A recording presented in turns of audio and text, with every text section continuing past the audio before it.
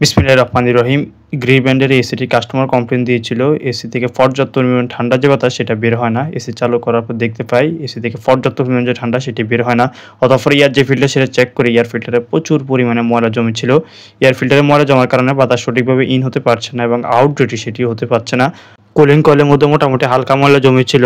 বছরের শুরুতে এসিটি আমরা ক্লিন করেছিলাম, সামনে যেহেতু শীতকাল এখন সুন্দর করে এসি যেটি সেটি ক্লিন করে দেবে। কেসিংগুলো পর্যায়ক্রমে খুলে নেই। কেসিং খোলার পর দেখতে পাচ্ছেন কুলিং কয়েলে মোটামুটি ভালোই ময়লা রয়েছে। ব্লোয়ের যেটার মধ্যে মোটামুটি ভালোই ময়লা রয়েছে।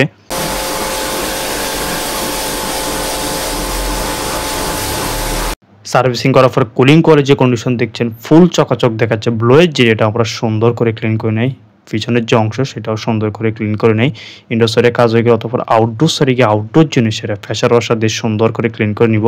আউটডোর কন্ডেন্সার মোটামুটি ভালোই ময়লা জমেছে, ফ্যাশার ওয়াশার দিয়ে সুন্দর করে আউটডোর জিনিস সেটা আমরা ক্লিন করে নিয়েছি। ফাইনালি ভিতরে গিয়ে কেসিংগুলো সুন্দর করে লাগিয়ে এসিটি চালু করে কিছুক্ষণ ফ্যান মোডে রাখি। ফ্যান মোডে চলার পর তারপর হচ্ছে কুল যে মোড সেটার মধ্যে সেট করে এসিটার কুলিং যে পারফরমেন্স সেটা আমরা টেস্ট করে নিব।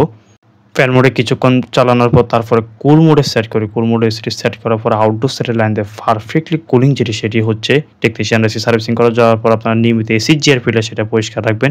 এই এসির এয়ার ফিল্টার যে লোকেশন এটা হচ্ছে উপরের সাইডে। নিয়মিত এসির যে এয়ার ফিল্টার সেটা পরিষ্কার রাখবেন। আর শীতের পূর্বে এসিগুলো অভিজ্ঞ টেকনিশিয়ানের মাধ্যমে সুন্দর করে ক্লিন করে রাখবেন। ধন্যবাদ। আল্লাহ হাফেজ।